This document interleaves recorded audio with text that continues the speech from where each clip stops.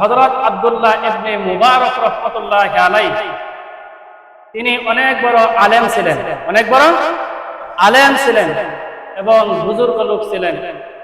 তিনি হজ করতে গেছেন, যাওয়ার পরে জোহরের নামাজ পড়ার পরে তিনি আরাফার ময়দানে তিনি ঘুমিয়ে গেছেন। মানে শুয়েছেন, শোয়ার পরে হঠাৎ করে তিনি ঘুমিয়ে গেছেন। কোন সময় তার চোখে ঘুম চলে আসছে কেউ বুঝতেও পারে নাই। হযরত আব্দুল্লাহ ইবনে মুবারক রাহমাতুল্লাহি আলাইহি ঘুমিয়ে যাওয়ার পরে হঠাৎ করে তিনি স্বপ্নে দেখতেছেন আসমান থেকে দুইজন ফেরেশতা জমিনের ভিতরে আসছে। আসার পরে একজন আরেকজনকে জিজ্ঞাসা করে যে এই বছর কতজন মানুষ হজ করতে আসছে। দ্বিতীয় ফেরেশতা প্রথম ফেরেশতার প্রশ্নের উত্তর দেয়, বলে যে এই বছর 6 লক্ষ হাজী হজ করতে আসছে। বলেন সুবহানাল্লাহ। প্রথম ফেরেশতা দ্বিতীয় ফেরেশতাকে জিজ্ঞাসা করে যে 6 লক্ষ মানুষ যে হজ করতে আসলো, 6 লক্ষ মানুষ থেকে কয়জনের হজ কবুল হয়েছে, কয়জনের হজ কবুল হলো? তখন দ্বিতীয় ফেরেশতা উত্তর দিয়ে বলে যে 6 লক্ষ মানুষ থেকে 6 জনের হজ কবুল হয়েছে। কত? 6 লক্ষ থেকে মাত্র 6 জনের হজ কবুল হয়েছে।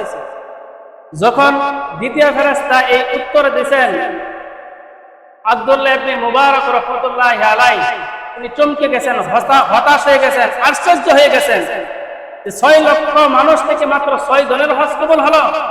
এই কথা শুনে তার ঘুম ভেঙে গেছে। চিন্তা করতেছেন যে হাই, 6 লক্ষ মানুষ থেকে মাত্র 6 জনের হজ কবুল হয়েছে, আমার মতো গুনাহগারের যে হজ কবুল হয়েছে এর তো কোনো গ্যারান্টি নাই, আশাও করা যায় না। এরকম চিন্তা করতে করতে তিনি আবার ঘুমিয়ে গেছেন। আবার ঘুমিয়ে গেছেন। তখন তিনি আবার স্বপ্নে দেখতেছেন ওই দুইজন ফেরেশতা। তখন প্রথম ফেরেশতা জিজ্ঞাসা করে, তাহলে এতগুলি হাজী যে হজ করতে আসলো টাকা পয়সা খরচ করে, তাহলে তাদের মেহনত, তাদের পরিশ্রম কি তাহলে বিফলে যাবে? তাহলে তাদের হজ কি করা হবে?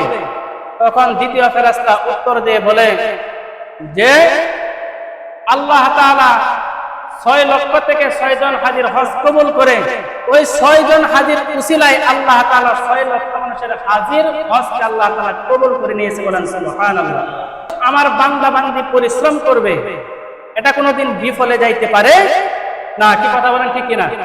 এই জন্য আল্লাহ তাআলা কি করছেন, 6 জন হাজীকে উসিলা করে আল্লাহ তাআলা 6 লক্ষ হাজীর হজ কবুল করে নিয়েছেন। বলেন সুবহানাল্লাহ। এটা হচ্ছে জিলকদ মাস, এটা হচ্ছে হজে যাওয়ার একটা প্রস্তুতি নেওয়ার মাস। আর আল্লাহ তাআলা নিজেই বলতেছেন ওয়ালিল্লাহি আলান নাসি হিজ্জুল বাইতি মান ইসতাতা ইলাইহি সাবিলা। আমি তোমাদের উপর হজ ফরজ করলাম। বলেন সুবহানাল্লাহ। আল্লাহ তাআলা কিন্তু সবার উপর হজ ফরজ করেন নাই। কি বলেন, সবার উপর হজ ফরজ করছেন? আওয়াজ দিতে হবে। কি বলেন, সবার উপর হজ ফরজ? সবার উপর কিন্তু হজ ফরজ না। আল্লাহ তাআলা বলেন আমি হজ ফরজ করছি কিছু শর্ত দিয়ে।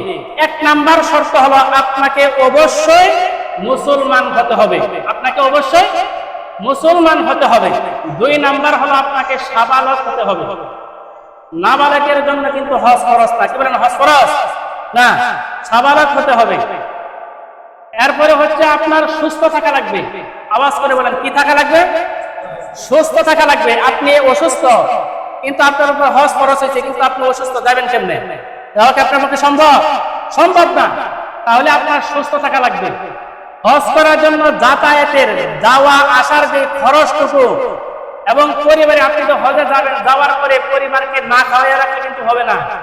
তার ভরণ পোষণ যাবতীয় সবকিছু দিয়ে যাওয়া আসার যদি আপনার অর্থ আপনার কাছে থাকে, সামর্থ্য থাকে, তাহলে আপনার উপর হজ ফরজ।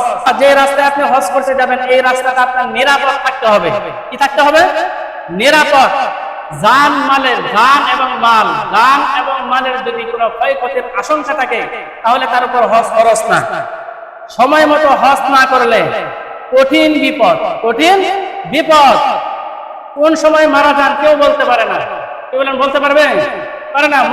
এই মসজিদের ভিতরে আসছেন, বের হবেন, বাড়িতে যাবেন, এর কিন্তু কোনো গ্যারান্টি নাই। কি বলেন, গ্যারান্টি আছে? গ্যারান্টি নাই। এই জন্য হজ ফরজ হওয়ার সাথে সাথে হজ করে ফেলা আর দেরি করাই বিপদ। বিশ্বনবী সাল্লাল্লাহু আলাইহি ওয়াসাল্লাম বলেন, মান মাতা ওয়া লাম ইয়াহুজ্জা ওয়া আলাইহিল হাজ্জু ফালইয়ামুত ইনশাআ ইয়াহুদিয়্যা ওয়া ইনশাআ নাসরানিয়্যা। যেই ব্যক্তি হজ ফরজ হলো অথচ হজ বলল না, পালন করলো না, তখন বিশ্বনবী বলেন সে ইহুদি হয়ে মরুক, তাই সে খ্রিস্টান হয়ে মরুক। বলেন নাউজুবিল্লাহ। এই জন্য আমরা খ্রিস্টান হয়ে ইহুদি নাসারা হয়ে মরতে চাই? আওয়াজ করে বলেন, আমরা ইহুদি হয়ে মরতে চাই? আমরা সবাই মুসলমান হয়ে মরতে চাই, কি কথা বলেন ঠিক কিনা? এই জন্য মুসলমান হয়ে যদি মরতে চাই তাহলে অবশ্যই কি করতে হবে? হজ ফরজ হওয়ার সাথে সাথে আমাকে হজের বিধান পালন করতে হবে। রাজি আছি তো ইনশাআল্লাহ? হজের বিধান পালন করব, কারণ দিন যত যাচ্ছে কবর তত আমাদের নিকটে আসতেছে, কি কথা বলেন ঠিক কিনা? দিন যত যাচ্ছে কবর আমাদের কাছে আসতেছে। এই জন্য কবরে যাওয়ার আগে কিভাবে হজের বিধানটা পালন করা যায়, হজের কাজটা কিভাবে শেষ করা যায়, খরচটা আদায় করা যায়, সেই চিন্তা, সেই চেতনা, সেই ফিকির আমাদেরকে করতে হবে। কথা বলেন ঠিক কিনা? কারণ আল্লাহ তাআলা বলেন যে মানুষ মৃত্যুবরণ করার সময়, মৃত্যুবরণ করার পরে দুইটা জিনিসের জন্য আফসোস করবে। আওয়াজ করে বলেন, কয়টা জিনিসের জন্য আফসোস করবে? দুইটা জিনিসের জন্য আফসোস করবে। আল্লাহ তাআলা বলেন, ওয়ানফিকু মিম্মা রাযাকনাকুম ওয়ানফিকু মিম্মা রাযাকনাকুম মিন ক্বাবলি আন ইয়াতিয়া আহাদাকুমুল মাউত ফায়াকুলা রাব্বি লাউলা আখখারতানি ইলা আজালিন করিব ফাআসাদদাকা ওয়া আকুন মিনাস সালিহিন। আল্লাহ তাআলা বলেন যে আমি তোমাদেরকে যে সম্পদ দিছি তার থেকে তোমরা কি করো? আমার রাস্তায় খরচ করো। কোন সময় আসার আগে? তোমাদের কাছে মৃত্যু আসার আগে, তোমাদের মৃত্যু তোমাদের কাছে আসার আগে আমি যে সম্পদ দিছি এই সম্পদ আমার রাস্তায় খরচ করো। যদি না খরচ করো তখন মৃত্যু তোমাদের নিকটে চলে আসবে। তখন মৃত্যুর কঠিন অবস্থা থেকে তখন তোমরা কি করবে? অনেক শ্রেণীর মানুষ আল্লাহর কাছে ফরিয়াদ করবে, যে বলবে, আল্লাহ আপনি আমাদেরকে একটু সময় দেন, আমরা কি করে দান সদকা করে আসি, হজ পালন করে নাই, হজ আমার উপর ফরজ ছিল, হজটা আদায় করে আসি, নামাজ পড়ে আসি, নেক কাজ করে আসি, নেক কাজ করে নেককারদের অন্তর্ভুক্ত হয়ে তারপরে আসি, একটু সময় দেন। কি বলেন, সময় দিবে? আওয়াজ করে বলেন, দিবে? দিবে না। আল্লাহ তাআলা বলেন, ওয়ালা ইউআখিরুল্লাহু নাফসান ইযা জাআ আজালুহা। মানুষকে এক সেকেন্ড তাকে আগে এবং পিছনে সময় দেওয়া হবে না। নির্ধারিত সময়ে নির্ধারিত স্থানে তাকে অবশ্যই তার জান কবজ করা হবে। কি কথা বলেন ঠিক কিনা? সুতরাং মৃত্যু আসার আগে আমাদের কি করতে হবে? হজ যদি ফরজ হয়ে থাকে হজ আদায় করতে হবে। নামাজ যেহেতু আমার উপর ফরজ, নামাজটা আমাকে সঠিকভাবে আদায় করতে হবে। এরপরে নেক কাজ যত আমার সামনে আসবে সমস্ত নেক কাজ করে আমাদেরকে নেককারদের অন্তর্ভুক্ত হতে হবে। নেককারদের অন্তর্ভুক্ত হয়ে যদি মৃত্যুবরণ করে আর আমার মৃত্যু যদি আমার কাছে আসে তখন মানুষের আর আফসোস থাকবে না, তখন সেই মৃত্যুটা হবে আনন্দদায়ক। কথা বলেন ঠিক কিনা?